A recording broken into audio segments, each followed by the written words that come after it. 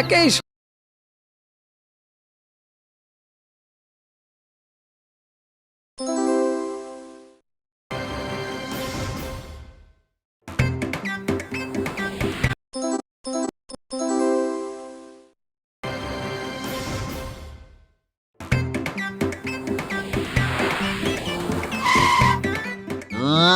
চারিদিকে খুবই শান্তি বিরাজ করছে, কোনো সমস্যাই নেই যে সমাধান করব।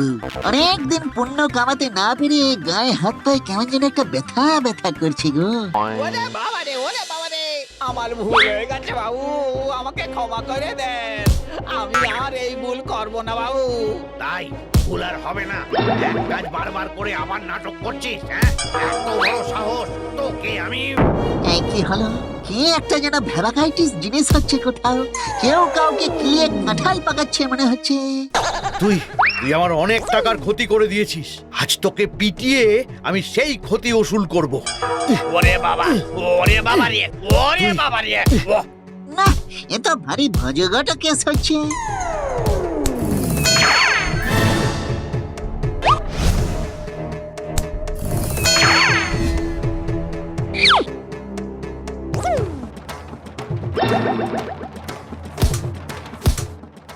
না, এ তো ভবি ভোলা নয় দেখছি।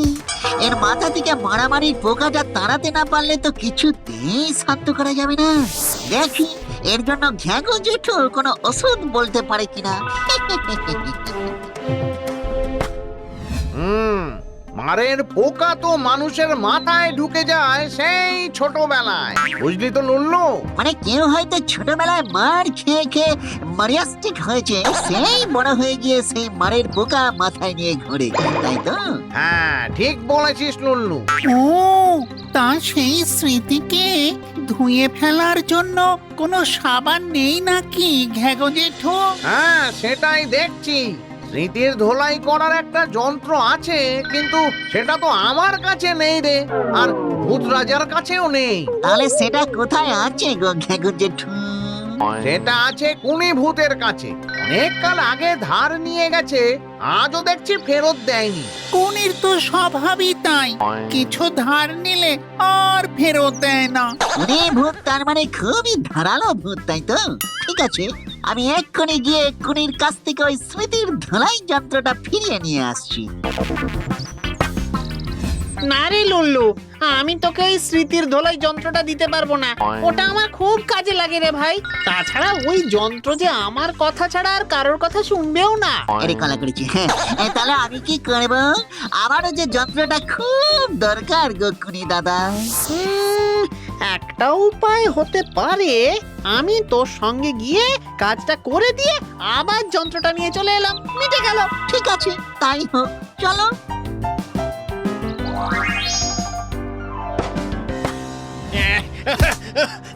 ওরে বাবা রে, ও, আজ সারা দিন তোকে পেটাতে পেটাতে আমি তক্তা বানাবো রে বেল্লিক। তার চেয়ে আমাকে চাকরি থেকে তাড়িয়ে দিন বাবু, আমি পালিয়ে বাঁচি। ওরে বাবা রে, না না, অত সহজ নয় রে বেল্লিক, তোকে আমি তাড়াবো না, তোকে কাজে বহালও রাখবো আর পিটিয়ে তক্তা বানাবো। ওই মালিকের স্মৃতির ধোলাই করতে হবে কুনি দাদা। ওরে বেল্লিকং, তুই তো নিজেই আমার কাছে বেত্র ঘাতং খেয়ং খেয়ং কিছুং শিখতেং পারিস নিং। কি এই পণ্ডিত মশাই কোথা থেকে এলেন? আমি তো জানি উনি অনেক কাল আগেই মারা গেছেন। ওরে বাবা, ওরে বাবা রে, ওরে বাবা, ওরে বাবা রে। দাঁড়াং, উঠেং দাঁড়াং, কানং ধরেং উঠবস করং।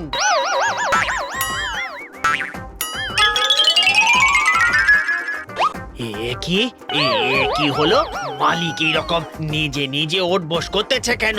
উনি আপনার হলেন আপনার ছোটবেলার পণ্ডিত মশাইয়ের স্মৃতি। এইবার নিজের স্মৃতির কাছে ধোলাই খেয়ে তুমি ঠিক জব্দ হয়ে যাবে। ক্ষমাং চাং, তোর চাকরের কাছে ক্ষমাং চাং আর কখনো করবি না। আমাকে ক্ষমা করে দে, আমাকে ক্ষমা করে দে, আমি কখনো তোকে আর মারবো না। স্মৃতির হাতে ধোলাই খেয়ে আমার জোর শিক্ষা হয়েছে। এ আবার এলো, এখানে তো কেউ নেই মালিক। আপনি আচমকা এমন বদলে গেলেন কি করে? বাহ, এই স্মৃতির ধুলাই যন্ত্র তো হেভি কাজ করছে। এই চলো, এসেছো যখন আরো দু একটা কেস সলভ করে ফেলি।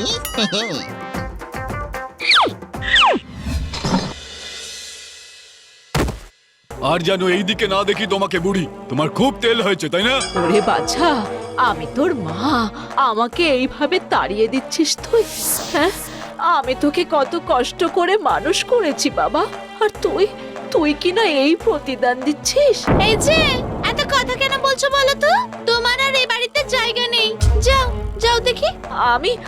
আমি না হয় তোর বাড়ির এক কোণে পড়ে থাকবো বাবা, আমাকে তাড়িয়ে দিস না বাবা। আমি কোথায় যাব বল দেখি? আমার কিচ্ছু জানার দরকার নেই, তুমি যাবে কিনা বলো, না হলে এই সব জিনিসপত্রের মতো তোমাকেও ছুঁড়ে ফেলে দেবো কিন্তু।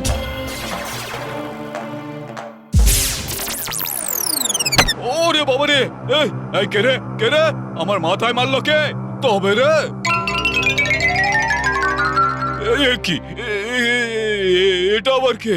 এটা তো আমার ছেলেবেলা। তাই তো, এ তো তোর ছেলেবেলা রে বাছা।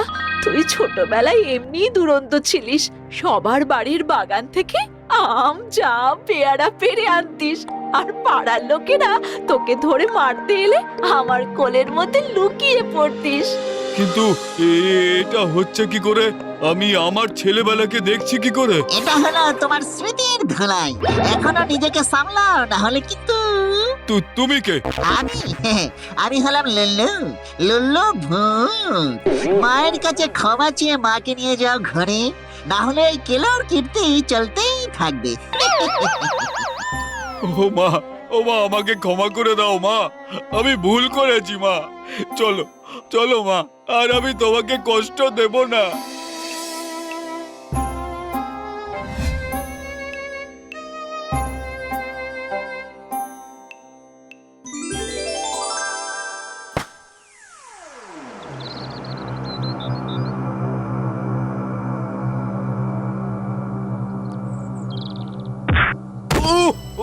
ওরে বাবা রে, ওরে বাবা রে, এইভাবে কেউ বুড়ো মানুষকে ধাক্কা মারে?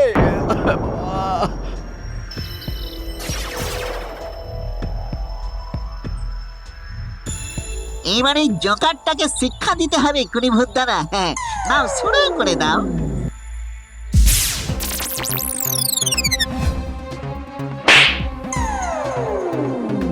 সে কি ঠাম্মা, তুমি তুমি তো সেই কবেই। এই দেখ, নিজেকে চিনতে পারছিস? হ্যাঁ, এটা তুই। আমি তোকে নিয়ে এইভাবে পার্কে ঘুরতে আসতাম, তখন যদি তোর মতো উটকো লোকজন এইভাবে আমায় ধাক্কা মারতো, কি হতো তাহলে? এটা কি হচ্ছে কি? এটা হচ্ছে ম্যাজিক। হ্যাঁ, তুমি তোমার স্মৃতির হাতে ধুলাই খাচ্ছ, ঠিক আছে? কেন কেন পাপ আবার জমলো কেন?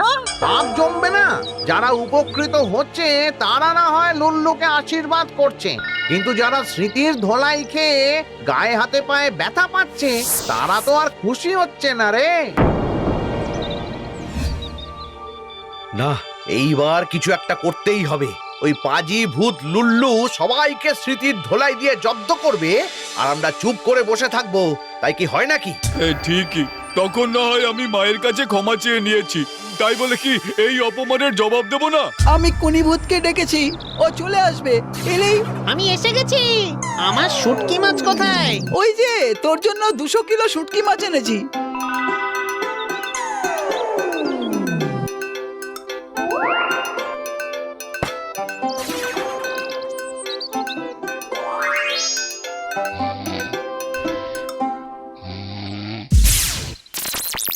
ওরে বাবা, ওরে বাবরে বাবরে বাবা, ওরে বাবরে বাবরে বাবরে বাবা, আমার সারা গা জ্বলে গেল রে। ওরে বাবরে বাবরে বাবরে, জ্বলে যাচ্ছে গো।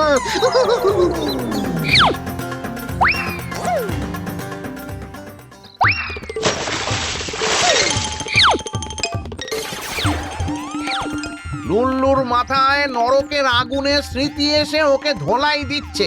যাক, বেটা 7 দিন ডুবে থাকলে আমার মাথা কিছুটা শান্তি পাবে। বায়না করে করে আমার কান ঝালাপালা করার হাত থেকে কদিন রেহাই পেলাম।